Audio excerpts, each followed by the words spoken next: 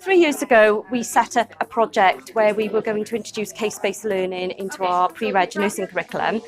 We deal with large cohorts of student nurses, and we found that not all students had been exposed to some of the conditions that we were discussing in class in a traditional lecture situation. So we decided to devise some case-based scenarios around a couple called Carol and Clive, with common conditions that our students would experience in healthcare. So we have around 30 students in a group and split them into smaller groups with lots of activities going on each week.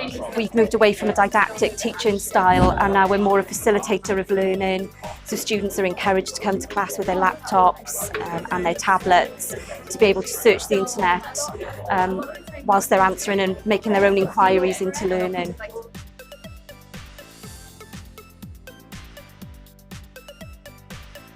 Our module and the team that work on it for digital forensic investigation. It's quite a unique module because it's simulation in nature. We went out to our partner forces in South Wales Place, Gwent Place and Dyfed-Powys Place, because the aim of this was to find out what they needed from our students to make them immediately employable. And one of the biggest things that came back was we needed to desensitize them. We needed to make them able to respond to a whole variety of issues. Exactly what they're going to go when they go out into the public. We have to desensitize them to that. So we are constantly assessing them, not just on their law skills and their policing skills, but their communication and their liaison skills, which is exactly what our partner forces were asking for. They get through this whole process, and the difference in them is amazing when it gets to the end. They actually recognise the learning journey that they've been on, what they've learned and how they can use it out in industry. And the feedback we've had from our partner forces where they've gone out into employment. And this module, alongside all the other modules that they've got here, is putting our students a little bit above some of their peers that are applying. So I think as an academic, that is exactly what you want to achieve.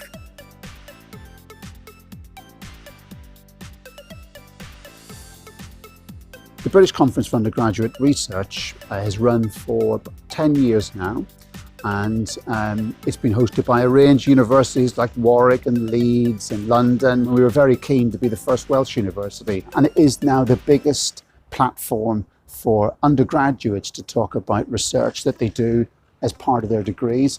It gave our own students an opportunity to be involved. There were 30 students that Karen and myself trained, and we took the students, we ran a number of training sessions with them to make them much better presenters and to enable them to be able to really hold their own with their peers on the day of the conference.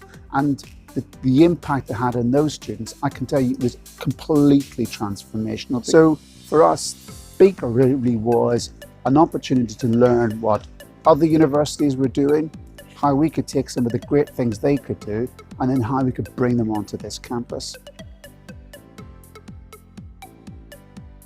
The football lecturing staff have designed a mentoring project across coaching modules, utilising the services of undergraduate students to act as mentors, offering support and advice to their peers and, in doing so, enhancing their own coaching practice.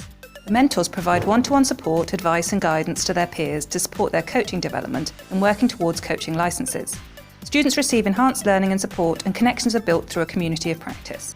Students are provided with a number of learning opportunities to learn from their peers, staff and other coaches within the community, providing a wealth of different experiences and knowledge. All coaching sessions are filmed through a built-in camera and audio system, and these sessions are then exported to Blackboard via Panopto. This provides feedback, and the student will have a debrief from their mentor on their coaching practice.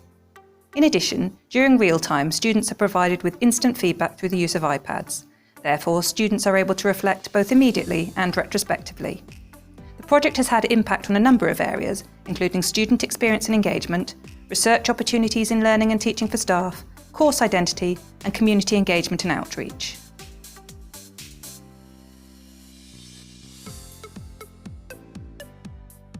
A group of third-year undergraduate students engage in a live, immersive crisis simulation at our Hydra Suite. The students absolutely love the experience because it's something different, and they also have an opportunity to engage with PR practitioners from the South Wales region who sit in during their engagement with the simulation and then feedback to them. Students from the HEM who were studying journalism and photojournalism came to the simulation and role-play journalists telephoning students in their rooms and asking some very awkward questions during the simulation. Our feedback has been exceptionally good, and also last year one of our students was offered a job from one of the PR practitioners. I like to think that the simulation really illustrates how the South Wales Business School really engages with contemporary and innovative teaching practices, which fully prepares our students for the world of employment. But to receive emails from students thanking me for an assessment really resonates with me,